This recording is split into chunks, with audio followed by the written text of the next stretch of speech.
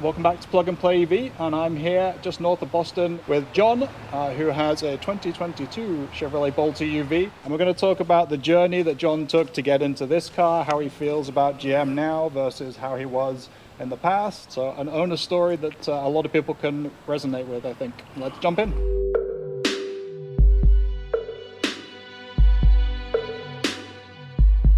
Agreeing to join me today, and maybe we could go back over the vehicles you've owned in recent years, how you got into the Bolt brand and the journey up to your EUV. In recent years, yeah, because I've had probably 25 different cars. I started out with a Prius and then moved kind of quickly to a Prius plug-in, and they had a relatively short electric range, and I started getting the idea that it should be a longer electric range. I saw a BMW i3 that had a range extending engine, and I thought that was kind of cool. It had more electric range than my plug-in Prius, and it also had that little range extending engine just in case. We'd go down to the vineyard, and I would still have to either turn the range extending engine on or find a charger to plug in for a little bit of time. I got to thinking that, more electric range even than the BMW was a good thing. I started looking at Bolts, and, within walking distance of here is Myrack Chevrolet. I spoke to the salesperson there. He was a nice guy and, showed me the features of the Bolt and, sat in it and drove it a little bit around the parking lot.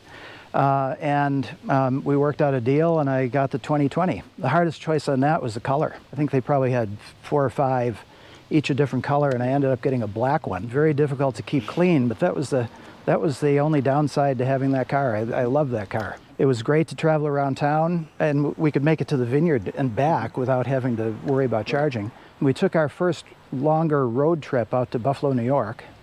I always throw in that Buffalo is going to be the next Super Bowl champions. I don't think that it really added too much time to the usual travel. We had an experience in Herkimer. Don't we all? But it wasn't the charger. It was ordering lunch that took an hour to get a sandwich. So that works with the Bolts. Yeah, it worked out perfectly. So, and then we finished the sandwich and on our way. First electric adventure and not our last.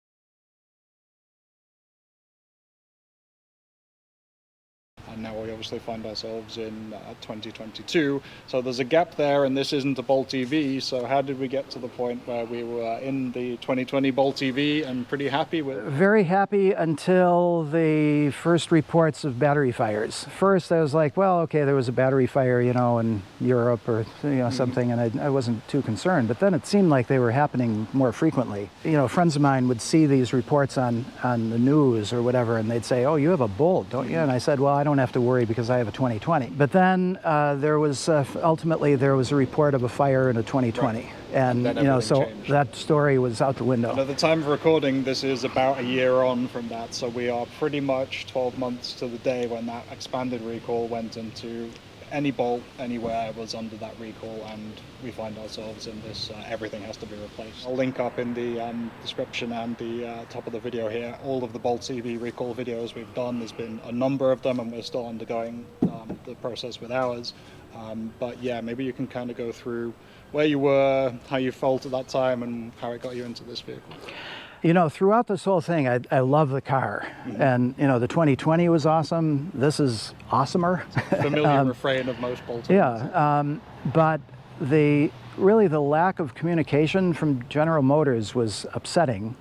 I was getting all my news on the battery fires and the situation with software updates and whatnot from groups that I belong to online. It's an interesting place because we have, there's a separate garage, obviously, so we see your situation right here. My situation, as people know, is, parking the car outside and, decent or distance away from buildings. But then there's people who, see houses around here with attached garages, places where if anything happens in the garage, it's the same as the home. So I completely understand, my feeling on it was not so high anxiety, but I think there's plenty of people who are in your position of just not feeling comfortable with that car being in their driveway, in their garage, near their house, whatever. Yeah, and I'd feel at some point, the report was, once again, I was reading this online, but it was an official General Motors release, that you have to park your car like 50 feet away from anything. Yeah. And I'm not 50 feet away from my neighbor, even though I'm parking in the garage. Yeah. So that made me a little uncomfortable. And there was also, don't charge your car indoors, and supervise the charging, wheel it outdoors after it's done. Right. So effectively all the benefits of charging at home start Overnight, yeah, while you're sleeping.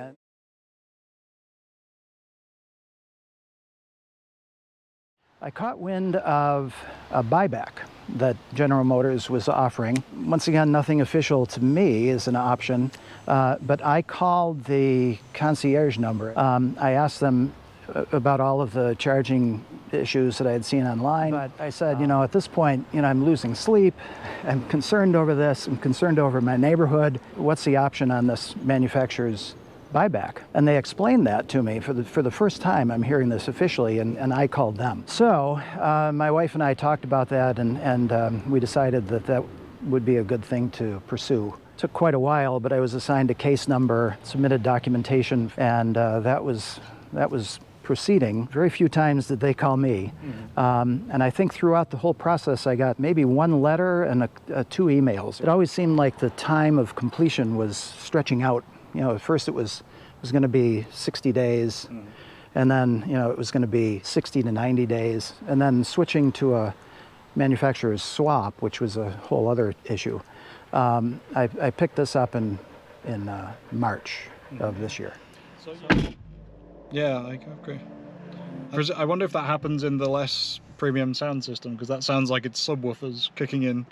It's quite bass heavy. Yeah, I don't know. But they didn't tell me that was going to happen, and it was like, whoa. Yeah, well, it feels futuristic. Every time I get in one, I automatically feel comfortable. Like this feels completely similar. It's a little bit more pinched, but except the time in the corner. Oh yeah, there we go. Yeah, that's true. That was one of my niggling things. Like, what time is it? And this is presumably the regen braking is a switch, okay. And Gotcha. It remembers. Okay, so it does tell you. That's just the equivalent of having L mode on. Then is Correct. that true? Yeah. Okay, gotcha. But it'll stay on regardless of the state of the car. Familiar with the menus? Anything new in the energy? Just slightly different layout, but all the same data, right? Yep. Very similar. Okay. This was ahead of its time for me. There's not that many EVs that weren't Teslas that kind of told you this kind of level of detail of how your energy was being used. I always appreciated that. And then, as you said, you've got definitely softer touch materials all over, everywhere, even here actually. This, oh boy. Yeah, right. So my hand goes here. This is maybe a little thinner than ours, but it definitely is so much nicer because this is where my arm rests a lot of the time. So it's the center rest doesn't move. Right. It opens, and So the little tray that I have there, I bought on Amazon. Didn't come with it, and it wasn't an option. Okay, so this is it's not floating, but there's definitely some space down there, right? You've got some storage below in this space. Face mask, Right, and hand sanitizer. And then this is the wireless charging pad you were talking about. Correct. Okay. Yeah, so it has, the built-in nav, which the 2020 didn't have, and that was surprising to a lot of people. And it is, although 95% of the time I'm using Android Auto for me. Yeah. This, in the Ioniq, it's occasionally useful, if we're using the phones for something else or if they've died, it's nice to have the option. And these apps are new, right? It's not a wide variety of apps, but... Yeah, but still Spotify is a big one. Weather would be useful. My Chevrolet app is, that's kind of odd. If you tap on that, it gives you very limited functionality. Unless you have an OnStar subscription. Like this practically does nothing. But if you're using Apple CarPlay and Relay, everything you'd want, without an OnStar subscription. And this is key. This is what people have pointed out, right? You never have your percentage. Yeah. And this is a way to do it without going the OBD dongle route. As you and maybe a lot of the viewers know, that General Motors decided to prioritize certain years and maybe certain vehicle identification numbers or something And I think they started with 2019s and maybe worked backwards to earlier ones. Every phone call that I place to General Motors, I ask them, can they give me an idea when my battery is going to be replaced? They couldn't. They just said, they're working as quickly as they can, doing as much as they can. And so in retrospect, I'm glad that I did this. And Right. not happy that it took quite so long. The day after I submitted the paperwork for my buyback, I went over to Bonnell Ford and placed an order for a Mustang Mach-E. But the Mustang Mach-E was going to be, 4, 5, 6 months down the road. It was a new option for people in my situation that there would be a manufacturer swap. At first, I was just so upset with this whole process. I just didn't want to have anything to do with that. Then, the more I thought about that, we did decide to switch the buyback and all the paperwork that was submitted for that. They told me that it was relatively easy to switch it into a manufacturer's swap. My definition of relatively easy is a little bit different than theirs, but it wasn't like starting all over again. Right. It was, picking it up in midstream. Okay. Depending on what state you're in, there's a usage fee. In Massachusetts, it's deducted from a buyback. So whatever miles I had, multiplied by the formula that they used to figure out the usage, that was deducted from the buyback, but it didn't enter into the manufacturer's swap, $4,500 or something like that. That was deducted from the cash back. Right. But it didn't affect at all the swap. The case manager that was assigned to me, he'd tell me that he was going to call by the end of the day, and he did.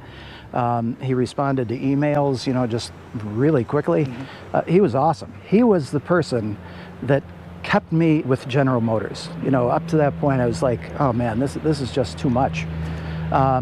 So anyway, I decided that I would give the EUV a try, and I'm glad I have it. I can't tell you the number of times that I banged my head on this little thing here. It needs this redesign. Yep. That's we fixed it. Yeah. The size, I'm looking, like the depth seems it's pretty similar, right?